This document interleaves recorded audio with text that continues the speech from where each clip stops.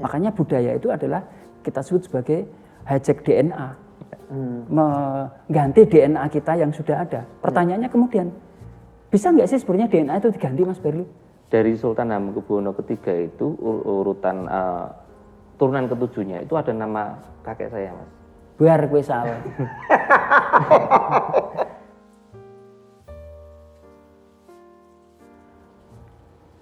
Assalamualaikum warahmatullahi wabarakatuh. Waalaikumsalam warahmatullahi wabarakatuh. Ketemu lagi di channel Saling Berguru bersama saya Faisal Kamal, masih bareng sama Mas Ili dan masih bareng sama Mas Berli.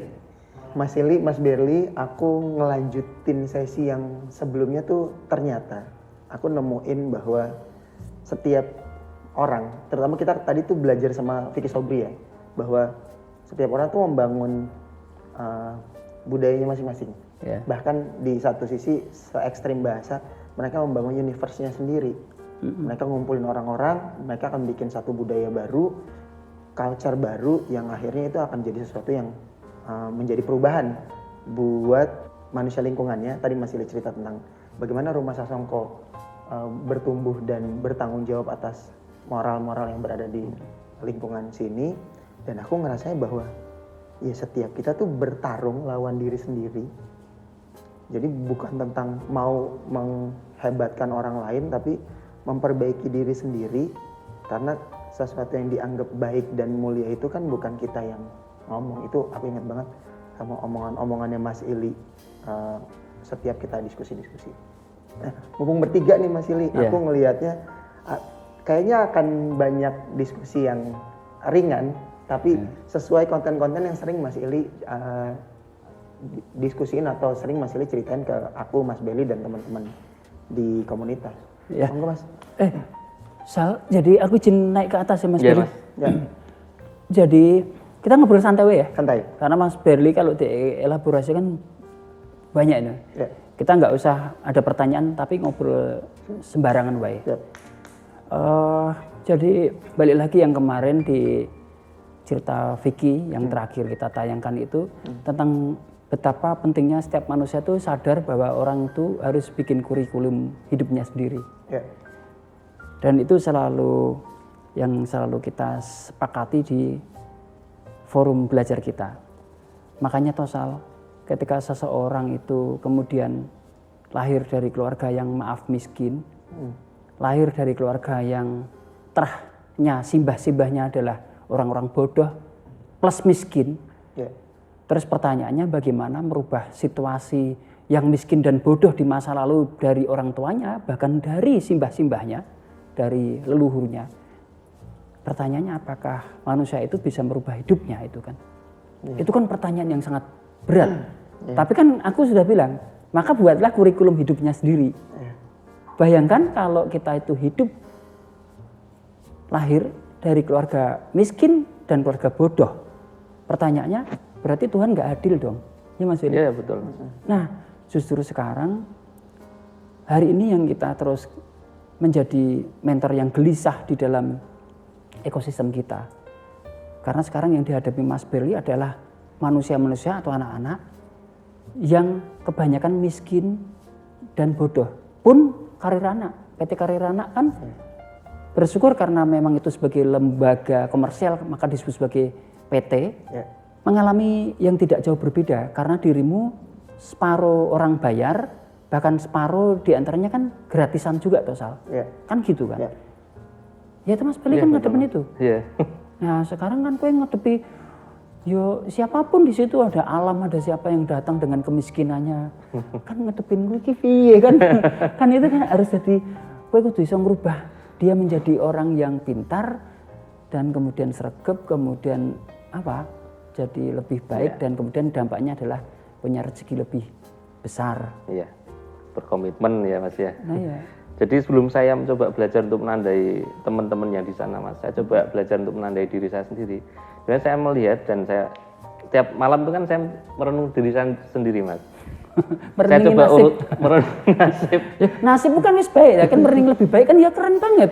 Iya Mas, saya coba merunut sejarah diri saya di masa lalu, bukan hanya tentang proses perjalanan tapi sejarah keluarga Mas. Yang menarik itu keluarga saya itu sebenarnya kalau diurutkan saya pernah ke Jogja. ke Keraton Jogja. Mm-mm. Ada silsilah di situ. Saya punya buku silsilah dari Keraton Jogja dan menariknya saya coba validasi, saya datang ke sana. Dari Sultan Hamengkubuwono ketiga itu urutan turunan ketujuhnya itu ada nama kakek saya, Mas. Bar kowe salah. Bar ke. Oke, Jadi siap. ternyata engkau sing miskin kowe engko. Aku punya kekancingan. Kekancingan itu keturunan aku dari Sultan Hadiwijaya. Ternyata dia di Hamengkubuwono. Aku ke 12, aku punya suratnya. Saya punya. Ah, dirimu harus buktikan punya surat. Aku harus bilang. Oke. Cari siap. dulu. Siap. Cari silsilahmu itu. Terus Mas. Oke. Jadi artinya kalau nenek saya itu turunan ke-7 berarti saya turunan ke-9, Mas. Dan harusnya secara DNA itu apa yang seharusnya saya nggak struggle ini kan, Mas. Harusnya kalau kita menurut pada sebuah asumsi bahwa DNA itu bisa merubah seseorang atau menjadikan seseorang jadi siapa di masa depan begitu, karena DNA juara pasti seseorang itu memang punya tipikal juara di mindsetnya atau di cara lakunya. Tapi kenapa anomali di diri saya, Mas, harus struggle? Saya melihat mungkin di 3 generasi di atas saya itu patah, Mas. Oh. Saya melihat setelah saya renungan sendiri, kayaknya patahnya di sini, di atasnya kakek saya. Kenapa? Karena mulai dari kakek saya itu sudah berusaha payah untuk mencukupi kehidupan sehari-hari dengan anak 9 begitu. Setelah saya coba mencari tahu, ternyata orang tuanya kakek saya itu harusnya jadi seorang yang kaya, tapi karena dia mungkin secara cara lakunya mungkin ya tidak sesuai dengan apa yang diturunkan dari garis orang tuanya, akhirnya patahnya menurut saya tandai di situ, Mas. Terus saya coba merenung, berarti ini sebenarnya DNA ini bagi saya harusnya saya punya DNA itu, Mas. Tapi kenapa kok yang saya hadapi sekarang kok struggle ya? Dibanding dengan orang lain yang punya DNA yang relatif sama, ada DNA juara di situ, DNA orang yang blessing, tidak melakukan hal dengan susah payah tapi selalu dilancarkan. Artinya saya menandai bahwa ini saya harus melakukan apa yang tidak orang lain lakukan, atau saya harus melakukan dengan upaya yang lebih keras dibanding orang lain untuk mengembalikan DNA saya di masa lalu, Mas. Menurut saya seperti itu, Mas. Iya. Ternyata sekolah Hamengkubuwono salah. Ngeri banget ya. Iya. Aku jadi deg-degan nih ngobrol sama Mas Berli. Oh, ini dada biru semua nih. Langsung minder. Ya, nanti kalau aku ngomongin kerajaan Bugis dan Makassar ntar sangkain lah kita lagi ini. Tapi ngomongin DNA, aku seneng, Mas, karena beberapa hal yang aku selalu teringat ketika aku kecil itu memang keributan. Aku anggap keributan ya, karena latar belakang orang tuaku itu kan pernikahan dua suku yang dianggapnya berbeda kasta. Yang satu punya strata pendidik atau bangsawan, yang satu dianggapnya bukan, walaupun ternyata begitu ngobrol sama satu lagi ternyata punya juga. Jadi kayak keributan dua kerajaan aja menurutku. Dan itu aku nggak mau ambil pusing karena itu keributan. Beban atau memori yang aku dapat adalah ini keributan, aku nggak mau masuk ke situ. Makanya ketika ngomongnya, waduh ini anak raja semua nih turunannya nih. Aku anak raja bukan ya, aku mikir gitu. Berarti kowe bangsawan juga. Mungkin iya, mungkin nggak. Tapi nanti dengan Mas Ili dan Mas Berli cerita gini, aku jadi kayak aku perlu nanya deh. Sebenarnya aku keturunan siapa nanti. Tapi poin terbesarnya aku nangkep ketika Mas Berli bilang bahwa setiap orang punya DNA dan Mas Berli punya DNA itu, tapi bisa jadi ada patah di tengah jalan dan itu pasti berdampak. Gitu. Butterfly effect. Ketika ada satu gerakan, ada satu perubahan, terus kesananya pasti mempengaruhi. Dan itu menurutku bisa jadi sinyal, atau kalau Mas ini selalu bilang, selalu cerdas membaca tanda-tanda ya, bahwa kalau di bahasa bisnis kan generasi pertama membangun, generasi kedua membesarkan, generasi ketiga menghancurkan. Jangan-jangan itu. Kan Mas Berli tadi generasi ke-9 gitu. Itu kan biasanya 7 turunan. Aku pikir biasanya 7 turunan yang kaya, ke-9 biasanya nggak termasuk di situ. Tapi dengan Mas Berli ngerasa bahwa aku perlu memperbaiki dan memantik kembali DNA ini, aku punya gitu. Ini kan menurutku kritikal gitu, bahwa aku tuh punya DNA ini DNA warrior nih, DNA jawara. kalau ternyata atas langsungnya Mas Berli dianggap tidak berhasil atau memilih jalur yang berbeda, DNA ini tetap turun ke Mas Berli, tinggal Mas Berli memantiknya kan. Itu kan menurutku aku juga, aku juga jangan-jangan harus melakukan hal yang sama. Aku baru baca tadi pagi, walaupun aku banyak juga tidak setuju sama argumen orang ini, tapi aku kan selalu mengambil apa yang baik. Tulisannya bilang gini, kita tuh datang ke bumi itu dikasih pesan, dia bilang gitu. Jadi kita tuh dapat pesan, entah dari agama disebutnya bahwa kita diciptakan untuk beribadah atau, tapi kita punya pesan karena kita dikirim ke bumi ini. Jangan sampai kita meninggalkan bumi ini tuh kita tidak meninggalkan pesan apa-apa buat alam semestanya gitu. Aku, berarti sebenarnya emang nggak bisa nggak ngapa-ngapain. Nggak bisa kita nggak bikin sesuatu yang bentuknya namanya perubahan. Nggak bisa, bahasa orang tua, gajah mati meninggalkan gading, harimau mati meninggalkan belang, manusia mati kan meninggalkan warisan-warisannya dia. Entah itu sebuah disebut kekayaan yang akan dinikmatin sama generasi selanjutnya, atau keilmuan, kultur, budaya yang diambil sama generasi selanjutnya untuk diceritakan bahwa dulu tuh kakek kita tuh dulu tuh seorang pejuang, kakek kita tuh dulu tuh raja, kamu tuh anak raja, jadi kamu tuh harus bawa mental ini karena kamu tuh punya keturunan raja. Nah, aku tuh ngelihatnya bahwa ini ngomongin DNA, bahkan sesuatu yang sifatnya dianggap perubahan, pasti harus dimulai dari tadi membangun kurikulumnya sendiri. Balik ke obrolan Mas Ili di awal, Mas Ili. Iya sih. Ya pada akhirnya sesederhana kita mikir aja sih, pada hidupku itu ketika ngomongin DNA itu kita sebut sebagai tradisi. Tapi pertanyaannya apakah tradisi itu harus kita rubah ataukah harus kita pertahankan, ataukah harus kita ada yang kita mungkin ada yang ditinggal tapi juga ada yang diunduh sesuatu yang baru. Iya. Itu kan jadi pertanyaan besar dalam hidup kita. Betul. Umpamanya begini, kalau kita begitu lahir ceprot gitu, kemudian langsung jadi anaknya orang kaya, anaknya yang kaya itu kebetulan nggak cuma kaya tapi juga profesor, nggak cuma kaya profesor tapi juga punya perusahaan, kan ada itu. Sudah kaya, sudah profesor, punya perusahaan banyak gitu kan ada. Lah bayangkan begitu lahir ceprot itu, kan itu kan tradisi yang semuanya sudah baik dan ada itu tidak perlu diganti lagi. Tapi pertanyaannya ketika proses zaman itu bergeser, maju atau ke kiri atau ke kanan kita nggak tahu, karena faktanya tiba-tiba ada pandemi dan sebagainya. Kemudian kan yang bersangkutan kan mau tidak mau, sadar tidak sadar harus terpaksa membangun satu tradisi baru atau budaya baru namanya. Makanya kita bilang satu tradisi, satu budaya. Terus kemudian kita di dalam kurikulum hidup kita pribadi mengatakan ya udah kan hidup itu bikin kurikulumnya sendiri, dan kemudian kalau kita bilang di masa lalu namanya tradisi, yang baik kita pertahankan, yang baik kita ganti atau kita coba cari cara hidup yang lebih baru dengan cara ngambil budaya. Makanya budaya itu adalah kita sebut sebagai hijack DNA, mengganti DNA kita yang sudah ada. Pertanyaannya kemudian, bisa nggak sih sebenarnya DNA itu diganti, Mas Berli? Kalau menurut saya sih harusnya bisa ya Mas ya. Ya, karena di kedokteran ada buktinya soalnya. Terusin Mas. Okay.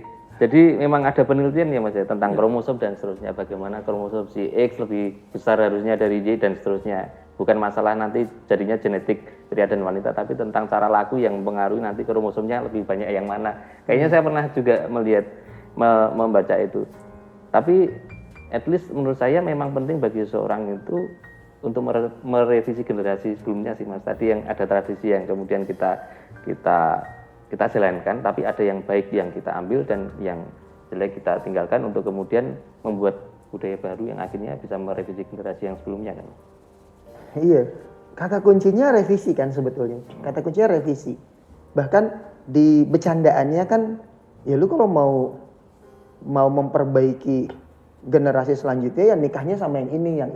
Walaupun itu tetap memang secara dasar memang benar ngomongin bibit, bebet, bobot itu kan perbaikan DNA kan sebetulnya. Bagaimana mereka akan membuat sebuah kromosom baru atau membuat sebuah generasi baru yang cara berpikir atas dua orang yang berbeda, latar belakangnya pasti beda, tapi ketika menyatu menikah atau sebuah akad pernikahan bagus, terus punya generasi selanjutnya. Ini kan harapan-harapan baru kan. Iya. Ini DNA yang ya tadi kalau memang ternyata aku malah taunya DNA itu tidak secara kromosom tidak bisa berubah, tapi yang bisa melakukan perubahan atas tadi perkawinan, pernikahan menjadi sebuah DNA baru. Tapi DNA pasti ada bibitnya dan baik dan buruknya pasti terwarisi secara alam bawah sadar. Benar nggak sih Mas?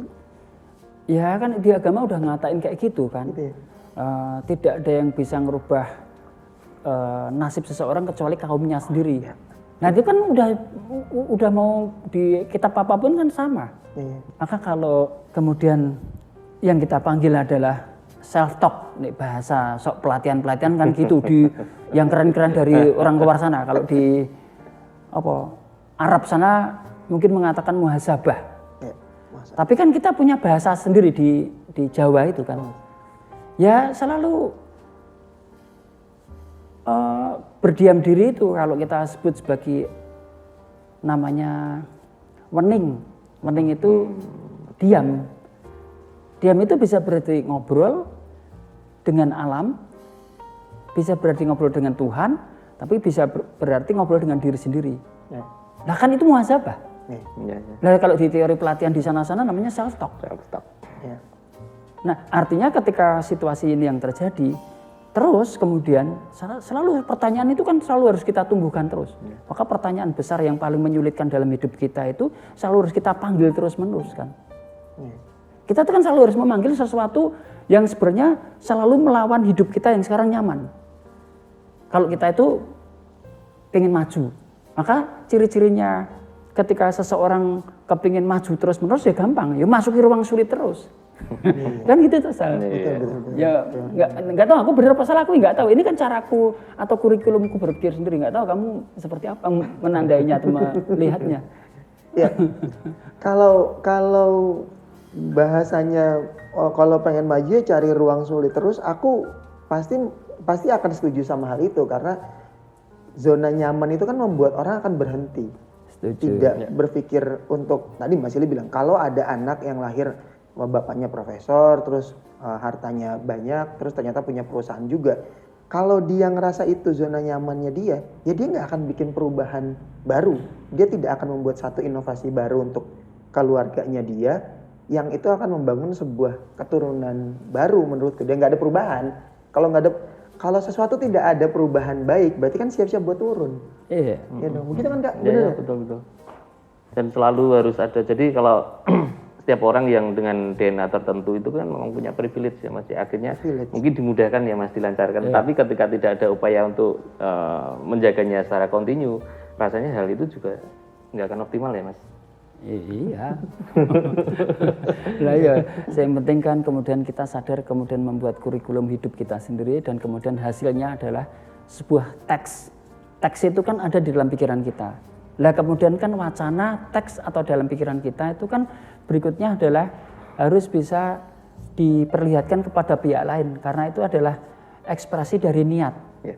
Niat, wacana, pikiran itu kan hanya ada dalam otak. Ya. Tapi bagaimana orang mengerti bahwa kita punya niat baik kalau tidak dengan melakukannya, mengekspresikannya, kan gitu tuh Ya, Mas. wujudnya. Nah, terus wujud toh.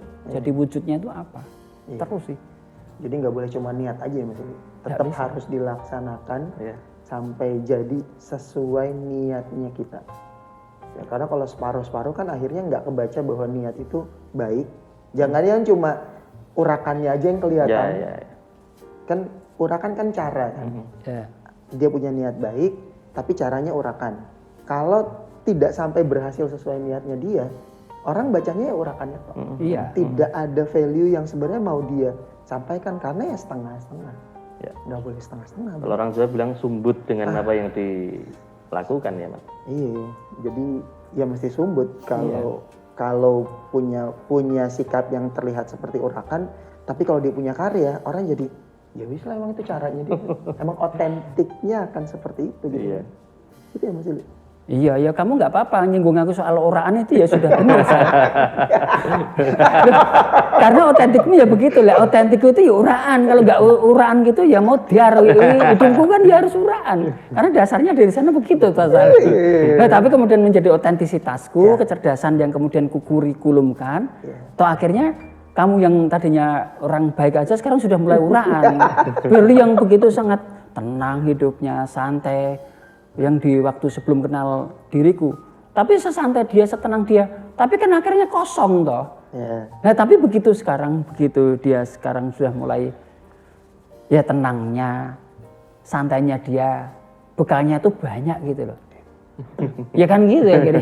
Nah, ya kok ngomong selikur menit ya, 21 menit loh, orang kerasa ya Allah.